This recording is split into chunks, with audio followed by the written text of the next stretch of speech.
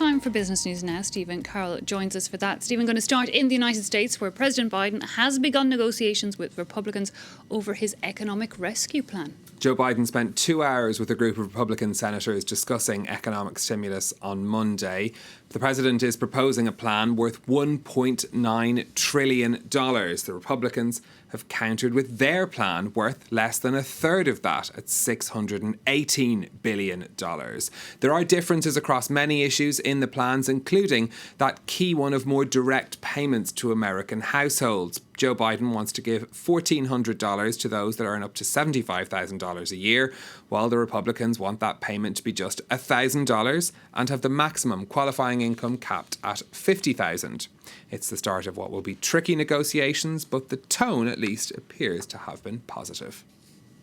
It was a very good exchange of views. I wouldn't say that we came together on a package tonight.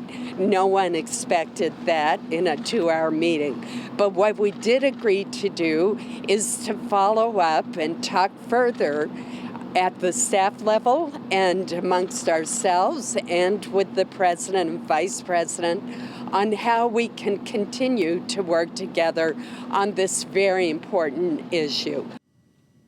Well, meanwhile, the price of silver has dipped this Tuesday after being the subject of an investor frenzy on Monday, Stephen. Yeah, silver saw its biggest one-day jump in more than a decade on Monday. It finished trading in New York at its highest level in 8 years. Now, today we are seeing prices fall a little in trading, down almost 5% a short time ago. Still up on before this latest surge, but certainly seeing the surge abating. The surge had come about after the idea was posted on Wall Street Bets, the Reddit thread at the centre of the Gamestop frenzy, encouraging more people to put their money into silver.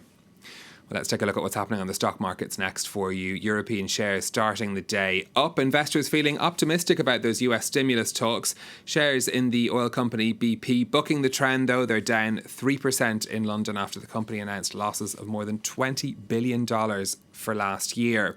Gains across most Asian markets as well in trading earlier. The Kospi in Seoul and the Hang Seng in Hong Kong both up over 1%.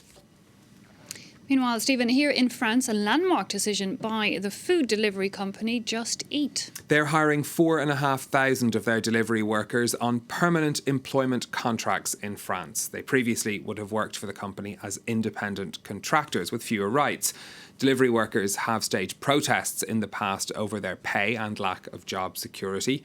These companies have seen a huge surge in demand thanks to the pandemic. Catherine Viette has the story.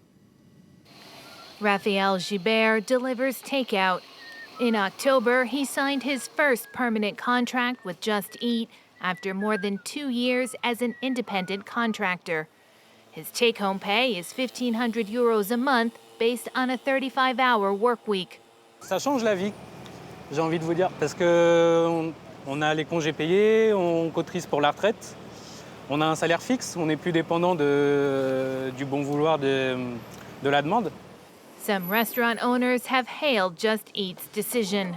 Aujourd'hui, c'est vrai que c'est une extension de notre personnel, donc c'est indirectement eux qui représentent aussi notre marque. Merci à vous. The food delivery platform has promised not to increase its prices and to absorb the additional cost related to hiring permanent staff. It sees this as an investment in its future. Il y a déjà 22 000 livreurs qui travaillent pour le groupe à travers l'Europe, et on compte en embaucher 4 500 en France, donc c'est un pari qui ne nous paraît pas si risqué que ça. It's also a way to differentiate itself from the competition and the criticism often aimed at the delivery apps. Je ne suis pas sûr que les autres plateformes suivent parce qu'elles ont vraiment des objectifs. C'est comme ça qu'elles se sont construites. Je pense qu'elles n'en démordront jamais. Elles n'ont pas fait 200 millions de lobbying aux États-Unis pour en Europe suivre le candidat Just Eat qui lui est européen. In a legal first in France, last year the courts ruled in favor of a delivery man seeking an employment contract from one of Just Eat's rivals, Deliveroo.